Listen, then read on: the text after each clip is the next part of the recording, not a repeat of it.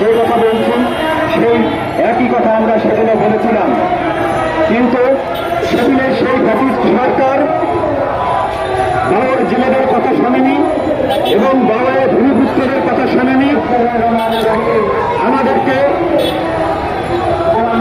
একদম ফিরে যেতে হয়েছে একবার আশাহত হৃদয়ে।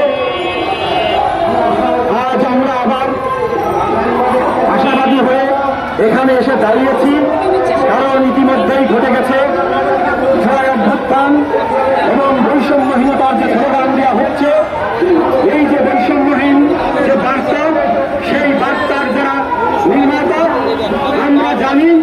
ঢাকা শহরের বাইরে আমরা যারা বাউরাঞ্চলের মানুষ, এই যে জেলে সম্প্রদায়, মৎস্যজীবী, শ্রমিক, এই সমস্ত মানুষের কিন্তু ঢাকা শহরের বাইরে এই জুলাই অভ্যুত্থান নেতৃত্ব দিয়েছিল।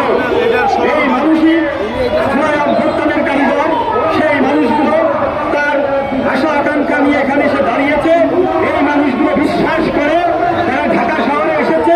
আজকে হয়তো তারা কেউ কেউ প্রথম এসেছে, তারা বিশ্বাস করে এখন যে সরকার, সেই সরকার তাদের কথা শুনবে, সেই সরকার বৈষম্যহীনতার কথা শুনবে।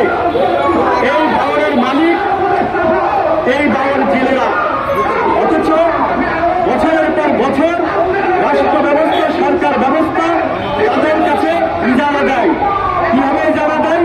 তাদের জীবন মান উন্নয়নের জন্য। অথচ এরা লাইলেস, এরা ভূমিহীন। একজন ভূমিহীন মানুষকে তার জীবন মান উন্নয়নের জন্য তাকে ইজারা দেওয়া হয়। এর থেকে বড় বৈষম্য, এর থেকে বড় প্রতারণা আমার জনমতে আর পৃথিবীর ইতিহাসে কোথাও নেই। অতএব আমরা এখানে দাঁড়িয়েছি যারা, আমরা খোদ জেলে সম্প্রদায় এবং মৎস্যজীবী জেলে, এবং এই মৎস্যজীবী শব্দটার মধ্যে এক ধরনের ভণ্ডামি আছে। আমরা একমাত্র বলতে পারি আমরা মৎস্যজীবী জেলে। প্রকৃত জেলে কে? যে প্রকৃত মৎস্যজীবী কে? যে জেলে। এবং জেলে হতে হলে তার জন্মগত একটা ব্যাপার থাকবে, বংশ পরম্পরা একটা ব্যাপার থাকবে। এই যে বাউর জন্মহান, এই বাউর জন্মহান বংশ পরম্পরায় এই বাউরের জেলে সম্প্রদায়ের মানুষ খেয়ে পড়ে আসছে, তাদেরই মালিকানা। আমাদের মোদ্দা কথা যে মালিকানার দাবিতে আমরা এখানে দাঁড়িয়েছি। আমরা কোনো অনুনয়নের জন্য দাঁড়িয়ে নেই, আমরা কোনো আকুল আবেদন নিয়ে দাঁড়িয়ে নেই, আমরা এখানে দাঁড়িয়েছি বাঁচার দাবিতে।